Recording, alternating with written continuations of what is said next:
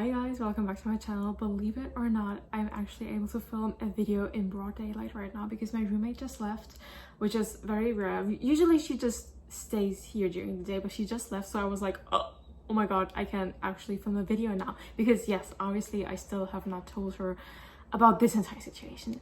Anyway, so I'm sitting down right now to film my, September reading wrap up. It is currently September 29th, so technically I have one more day to read a ton of books, but no, actually I'm still in the middle of finishing up 2 books, so that's what I will be spending the rest of today and tomorrow doing, apart from, you know, uni stuff that I should actually be doing, but who cares about that.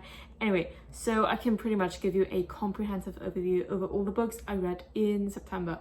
Now, not gonna lie, I kind of snapped. I kind of read 14 books in September, which in itself is already like a lot, but you have to keep in mind that that is only on top of the insane amount of uni reading I have to do now that the semester has begun. And like, it's truly a lot. And still, I kind of managed to squeeze in 14 other books. See, that's the thing. Why, like, personally, I think people saying that they don't read because they don't have the time, it's not really an excuse to say, like, if you don't read because it's not an enjoyable activity for you, that is so fun. Like, reading is not for everyone, but not having a lot of time, like having a lot of other stuff to do, is not really a reason not to read. Because if you consider reading something that de-stresses you, something that you genuinely love, then you kind of like you always find the time to make room for the things that you do love, the things that do help you decompress, etc. And obviously reading is one of those things for me, which is why, yes, even though I have a ton of uni stuff to do right now, I still managed to read 14 books. You know what I'm saying? So it's always a matter of attitude more than if you don't have time, you cannot read. You will find time to read if it's something you actually enjoy. Anyway, but that's not at all what this video is about. So let me get my document, because I am writing down like my September, like not just my September, but like ever since August basically I have started to like keep track of what I'm reading, not only in my bullet journal but also now like here on my iPad, because like my iPad is my new best friend, and I'm not even lying when I'm saying that I'm using this bad boy so much, which I'm really happy about, because that means that this was a good investment. Because when I first got it and like uni hadn't started yet, and like I was still at home, so I still had like my physical books to read, I only used this like a bit to read like the digital book on Libby here and there. But now that I'm here, I'm using this literally 24/7 for my uni stuff and my like pleasure reading, because now all I'm basically using is Libby to read my books. So yeah, this, my god, coming in so clutch.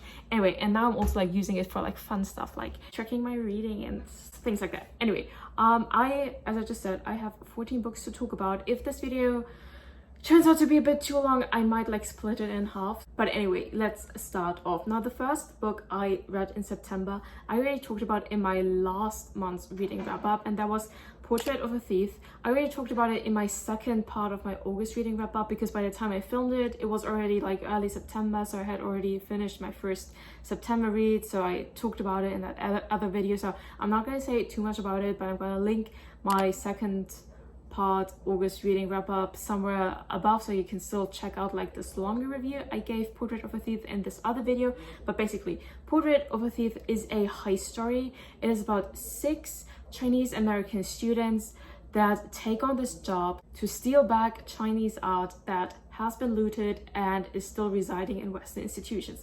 So this aspect of well, not officially done restitution, but like forced restitution, as well as the Chinese American identity, those are like the 2 main topics of this book. I very much enjoyed it, especially so because I am personally interested in this topic of like looted art and restitution, all of that. So coming from that background, I was really fascinated to see those topics being picked up in a work of fiction. Also, something you can keep in mind is that this is possibly going to be turned into either a Netflix movie or a series. The rights have been purchased by Netflix, but as of right now, I haven't heard that they're actually like producing something. But I think that would be such a fun thing to do, because as I mentioned in that other video, personally, I loved this book. I really did. Though I did think that it was maybe a tad too long.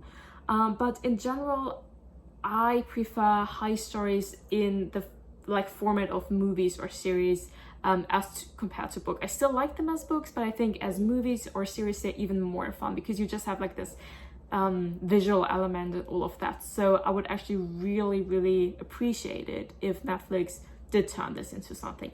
Anyway, so the next book, oh wait, that's actually the only book of this list I have with me physically, so let me get it. So the next book I read was Book Lovers, and yes, that was one of the very few books I took with me in its physical format. Now, you have probably already heard so much about this. Sorry, there's a hair stuck in my mouth and I'm trying to get that out. Anyway, so you have probably heard about this a lot. This is Emily Henry's new romance book, and I had only read Emily Henry's People We Meet on Vacation before and was not a big fan, but I still decided to give this a go because you don't like one book of an author doesn't mean you should never give them a try again. So I was down anyway, and then, I mean, a book called Book Lovers, I mean, obviously it piqued everyone's interest in the community, I dare say. And I have to say, I really liked this. I liked it tons more than People We Meet on Vacation for sure, but that's not a hard thing to accomplish, as I really wasn't obsessed with that other book. But this one I found was so cute. So basically, this is a bit of a meta story, I thought, in the sense that the book talks a lot about like popular book tropes, etc., because our two main characters are in the book industry themselves. She's a literary agent and he's an editor, so they are themselves in the book publishing industry. Why can't I find her name? Because this is written in first person, so I cannot find her name. Wait, her sister's name is Libby, his name is Charlie Lastra, and like that last name is sexy, and you know it. Like, come on, I'm not the only one thinking that Lastra is a sexy last name. Like, Charlie in itself is a pretty standard name, right? So like Charlie doesn't get me going. You know what I'm saying.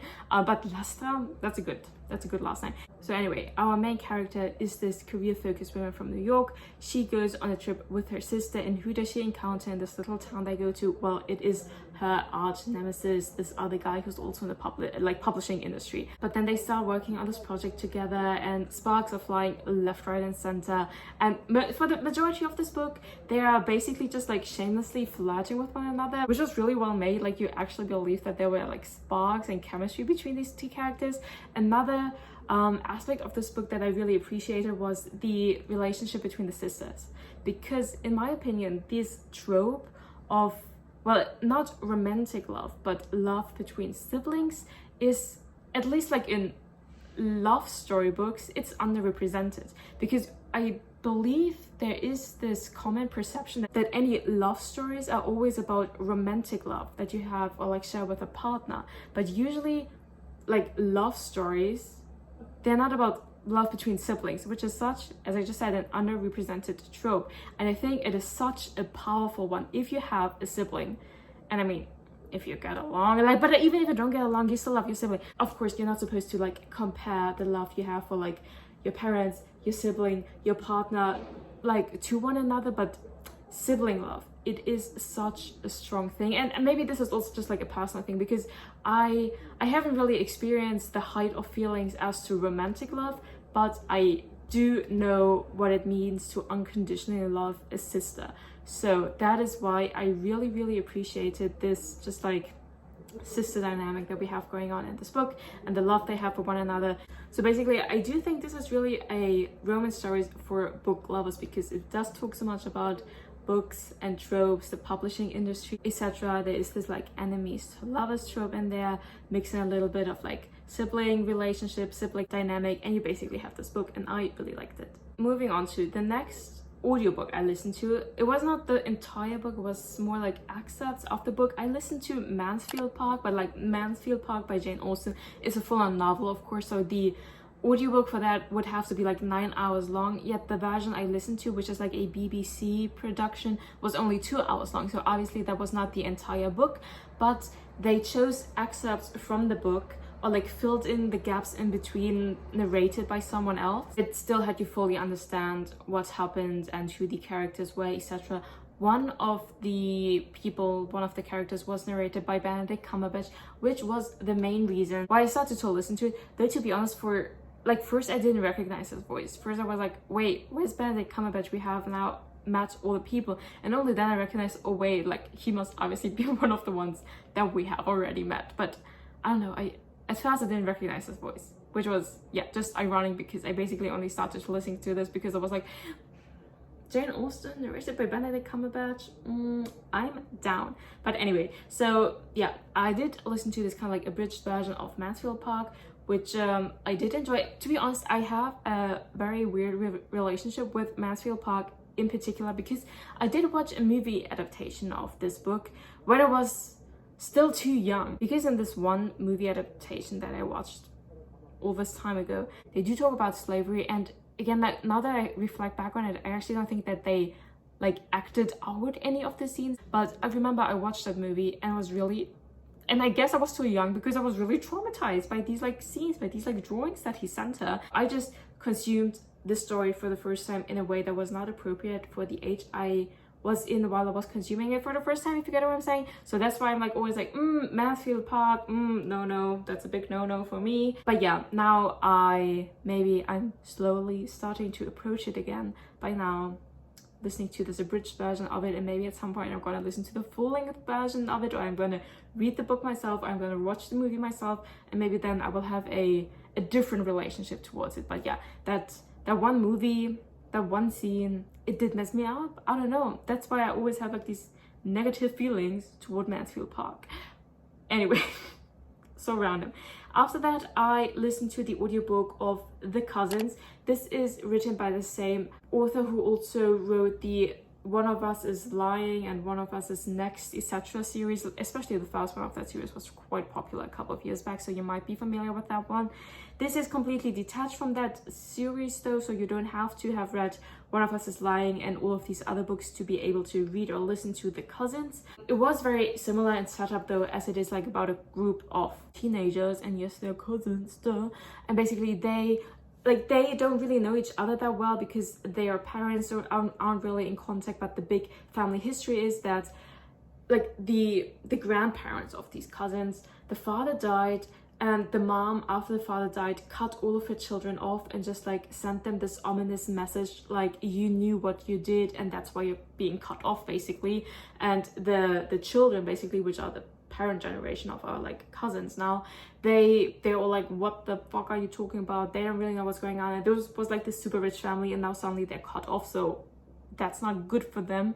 But so basically the grandmother, she doesn't have any contact anymore with her own children, neither with her grandchildren. But then one summer, all of these cousins are suddenly invited by the grandma to come to her like private island where she has this resort, and they're supposed to work there.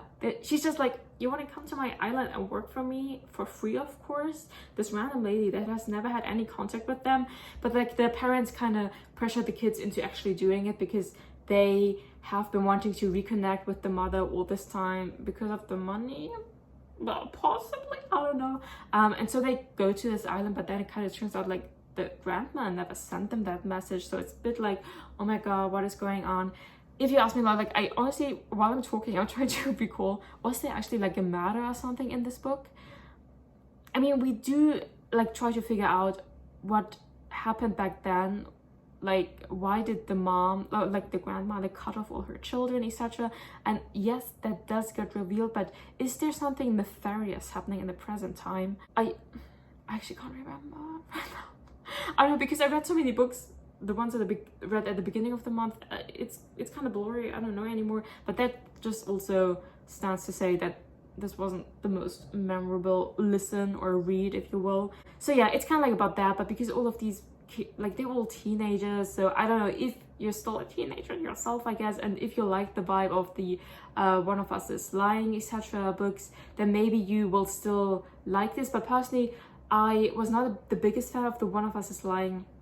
I only read the first book, but I guess I wouldn't have also liked the rest of the series because I didn't appreciate just like this high school setting and all these 17-year-olds doing just like their teenage things anymore. I don't know, that was just like not my vibe anymore. And in that sense, this was also not my vibe, but this at least does not take place during like high school, or like it theoretically does, but this is like during summer break. So this is at least not a high school setting story, but the characters are still basically like the same as to this other story. It's basically only about figuring out what happened back then that made the grandma basically go off like that. So anyway, yeah, it was kind of like forgettable, obviously, so do with that what you will. Next up, oh yeah, I'm excited to talk about that. I read Love on the Brain, the new release by Ellie Hazelwood. Okay, let's talk about it. So Love on the Brain, is it more or less the same as The Love Hypothesis? Yes, it is, my friends. It does basically have the same female main protagonist and the same male protagonist, and basically also like the same vibes. The setting is a little bit different now. This is taking place in the NASA setting. Our girl, she's going there to work on a project with this guy that she knows from grad school, but she's convinced to the T that he hates her, because back then he never looked at her, he never even like talked to her. I don't know, she's making kind of a big deal about it, but she's all like, he was nice to everyone but not me, so he hates me. But now they're forced to work together after all these years in terms of this NASA project. Turns out, of course, that he does not hate her, but actually he has been in love with her all this time. But he thought that she got married to her boyfriend that she had back then, but actually she's not with that guy anymore. Anyway, so yes, the dynamics are exactly the same. Like, if you enjoyed The Love Hypothesis, you are also going to enjoy this book. Though personally, I did enjoy this like less than The Love Hypothesis, but only because I have like this strange and not quite reasonable love for The Love Hypothesis, so it's only normal, if you will, that no other romance book is living up to it. Not even Ellie Hazelwood's own other book, if you know what I'm saying. There are a lot of the same tropes, as in like miscommunication, and then they're going off to this like convention, only the two of them, but there was actually not another, ooh, there's only one room left, one bed left, and we have to share a situation as there's in the first book. But there is this exact same trope of that they're being sent off to this like one convention, and then there she's like being confronted with like the her other like bad people of the past, and like he has to help her overcome all of that, blah blah blah. I don't know, so like there were a lot of the same tropes in there, but I will say there's a twist, I don't know, towards the ending that I felt like was so ridiculous, as in like, this is like, come on, this is a romance storybook. I mean, look at the cover, for God's sake. And then suddenly towards the end of the book, this is going to be a bit spoilery now, so if you don't want to hear any spoilers, maybe like skip to the next timestamp. But like, as I just mentioned, there's this very ridiculous twist revealing the bad guy of the story. And if you read The Love Hypothesis, like, this is not a spoiler, okay? I'm now assuming that you are familiar with the contents of The Love Hypothesis, basically. So you know how, what was his name, Tom? He turned out to be this bad guy that was trying to harass her and everything. And well, we have the same trope that there's this one guy who always seemed to be really nice, but then suddenly he turned out to be the bad guy who was trying to manipulate everything. But instead of only having that like come out and be revealed and resolved by being revealed, basically suddenly the guy turns on our girl with a fucking gun and basically wants to force her to commit suicide by jumping off the building, so she can't reveal that he like tried to sabotage everything. And like, this suddenly like dark and twisted turn, I was like, what the fuck is happening? Like, why was that in there? So basically suddenly this very dark theme comes up, like being forced to commit suicide at gunpoint. Are you kidding me? Like, why didn't she just do it? I mean, everything else was basically the same as the first book, so why didn't she just also have that element of the story be the same as in the first book, as in she has suddenly like recorded evidence that this guy is actually a bad guy trying to sabotage everyone, having that be released and everything coming out. Why couldn't that just be it? But no, suddenly this guy goes like full on crazy and is basically willing to kill her.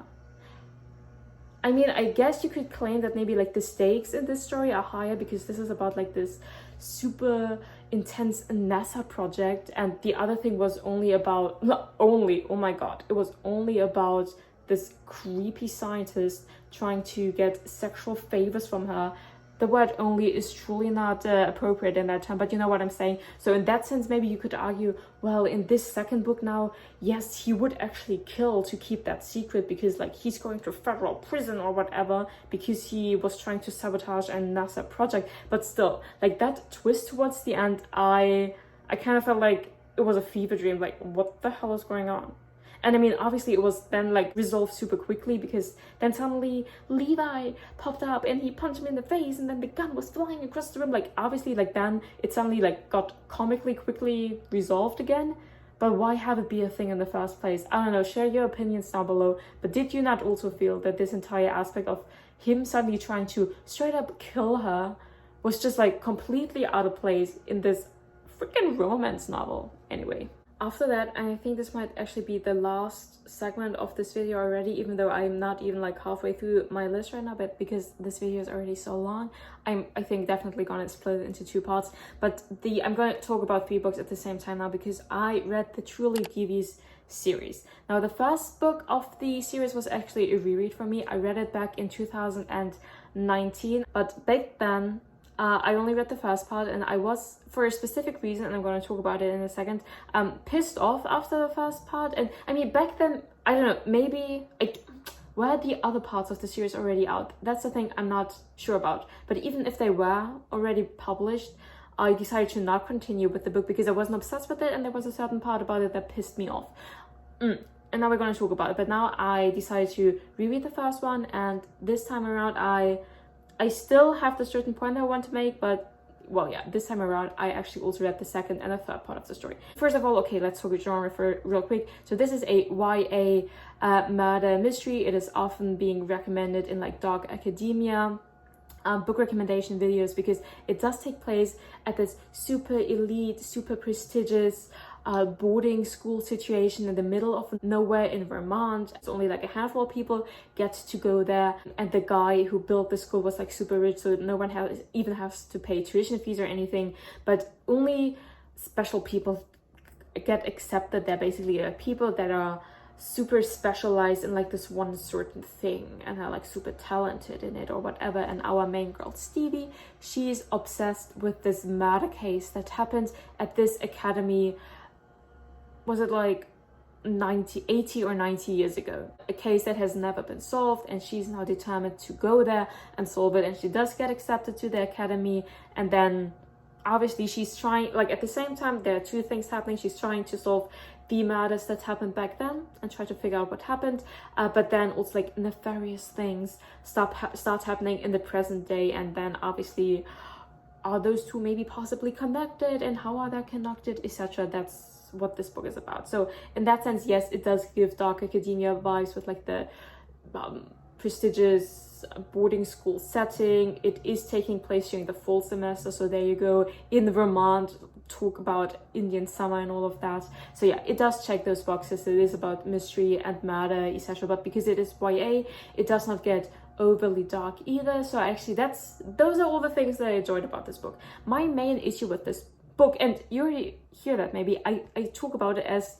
the book, not the books, because what I'm telling you right now is that you should not think about this in terms of a series, but in terms of a single book, because that's what it is. This is not a series of books, this is one single book. Part 1, part 2, part 3, but everything, that's one book. You can't really get away with just reading the first book or like the second or the third. It is one book that they just decided to chop up and deliver to you in the shape of 3 separate books to make more money, I guess. But the story that is being told is one book. It is one story. And that is the thing that pissed me off, because you read the first book and nothing, absolutely nothing gets resolved or per se accomplished. Neither about like this case that she's trying to solve that happened 90 years ago, nor the things that are going on in the present day life. Neither of these 2 things get resolved in any way, shape or form within the first book. So basically, you're forced to keep on reading if you want to even know what is going on in the first book. So that is why I'm talking about this not just as 3 separate books in a series, out of one single book. In the second book, which I think was my favorite part in the series, the case that happened all that time ago gets mostly resolved, and more things start happening as to the present day case. And then in the third part, the last tiny tidbit of the old case got resolved, and then also of course the present day case. But that's basically something I don't think that's fair play. If you write a book series like that. But because to me this is not a series, this is one single book, this is one single story. The way that I think it is okay to write a series is that have each book have its own separate case, and maybe it is okay to already kind of like tease what is going to be like the new problem in the next book by the end of like the first book, so to say, to already get like people interested. But you shouldn't force people to continue with your series by simply not having anything happen, by having nothing be resolved in the first book, because yeah, that's foul play. To me, that is a sign of like the author, I don't know, not being confident enough in her story to finish it off in like the first book. And she didn't have the confidence to be like, yeah, people are gonna love these characters, so they're gonna come back for like a new adventure in the second book. But no, she just forced you to continue on reading by never answering any questions. And I do not like that. Have every story, have every murder mystery in your story be completely like solved and finished within a single book. And then have people come back for your other books because they like your main protagonist, they like your characters, they like your style, they like the way you build up stories, etc. I mean, by this point, all the 3 books are already out, so I could read them just like back to back to back, and I didn't have to wait.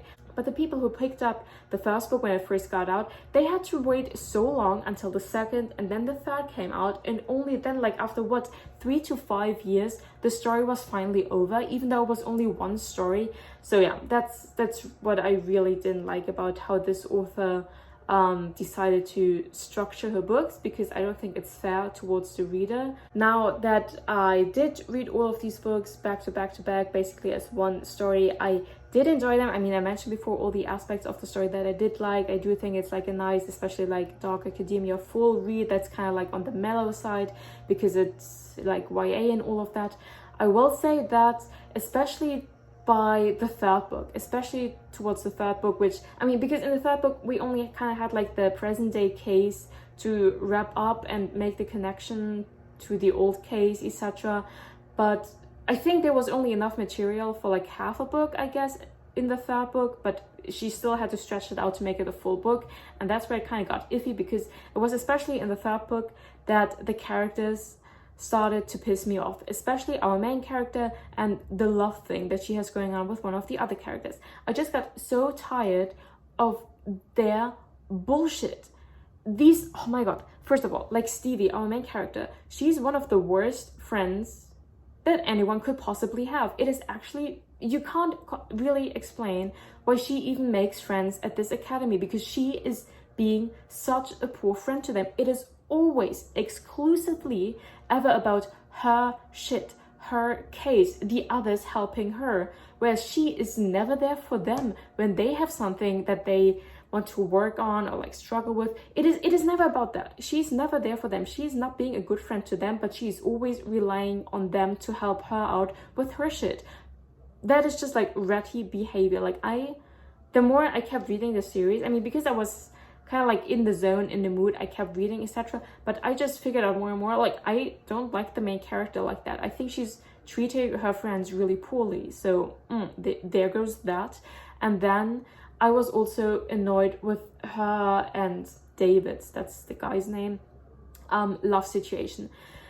Because not only is she like a bad friend, she's genuinely the worst, the absolute fucking worst person at communicating. She just can't do it at all. So these have like tons of like miscommunication or like whatever, or like they always fight about stuff that could have been so simply resolved by just simply talking about stuff. But because she's always like, no, I don't talk about stuff because I don't know how to, which, I mean, okay, like she's a 17-year-old girl who's like really awkward and anxious and everything. So of course, in a way, you have to give her like the benefit of the doubt. Like she is not like mature enough emotionally to know how to address topics. Yeah.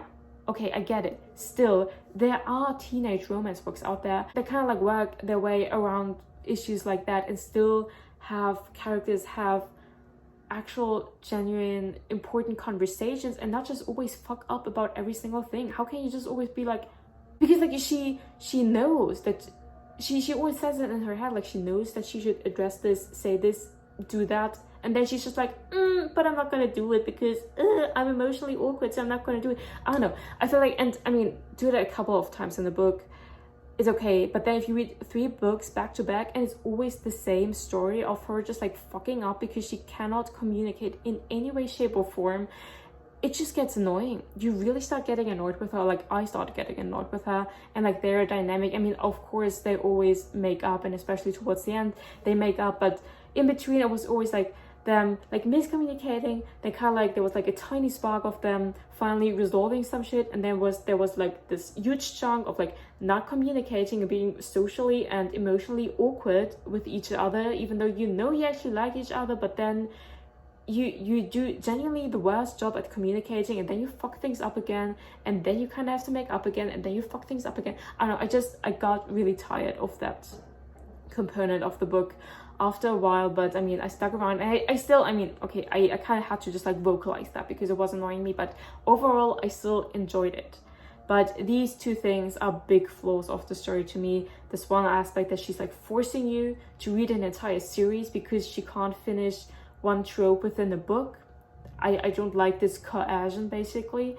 And also just like the main character being, she's just so unable to communicate and express anything.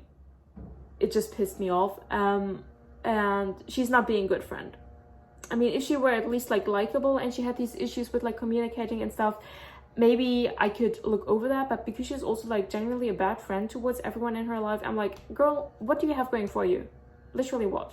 I don't know. I couldn't figure it out, but I still kind of enjoyed the books. Anyway, so these were like the first half of the books I read in September. I'm going to end the first video here. I'm going to continue filming and talk about the rest of the books I read in September once they stop doing the construction outside. That might be like tomorrow, etc. I don't even know, but I hope you already enjoyed this first half. There are tons of more exciting and fun books to come in the second half, because in September I did not only snap as to the amount of books that I read, I also snapped as in what kind of books I read, because like the books, they were all pretty good and pretty fire and pretty fun to read. So I mean, if you have a similar reading taste as to me, this September list is honestly full of bops, if books were music, even though like I don't really use the word bop in my real day life.